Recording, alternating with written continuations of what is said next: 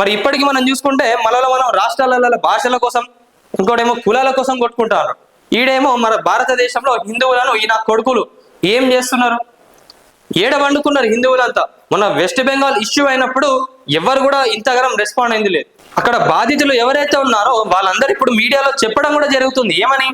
హిందువులనే వాళ్ళు టార్గెట్ చేసి చంపారు, మమ్మల్ని కూడా చంపేయండి అని అంటే పోయి మీ మోదీ గారికి చెప్పుకోండి అని చెప్పి అంటున్నారంట. బరాబర్ మోదీ గారికే చెప్తాం, మోదీ గారే చూసుకుంటారు. మోదీ గారు దీన్ని ఎలా హ్యాండిల్ చేయాలో మోదీ గారికి తెలుసు, మీరేం చెప్పాల్సిన అవసరం లేదు. ఇంకోటి ఏంటంటే ఈ ప్యాటర్న్, వీళ్ళు చంపిన విధానం ఏదైతే ఉందో ఇది ఒక సంస్థకు సంబంధించిందని చెప్పి కూడా వాళ్ళు క్లెయిమ్ చేయడం జరిగింది. ఇంత బహిర్గంగా ఇవన్నీ వస్తున్నప్పుడు ఎవరిని కూడా ఊరుకునే ప్రసక్తే లేదు, ఎవరిని కూడా వదిలేట ప్రసక్తే లేదు.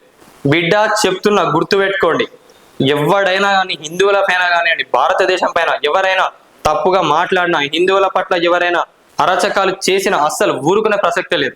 పక్క దేశాల్లో ఉన్న వాళ్ళందరూ సంఘీభావం తెలుపుతుంటే ఇంకా మన దేశంలో ఉన్న పొలిటీషియన్స్ కానివ్వండి, సెలబ్రిటీలు వీళ్ళందరూ ఏడవేయండు. మీరందరూ బయటికి వస్తే మీ వెనకాల జనాలు కూడా అందరూ బయటికి వస్తారు.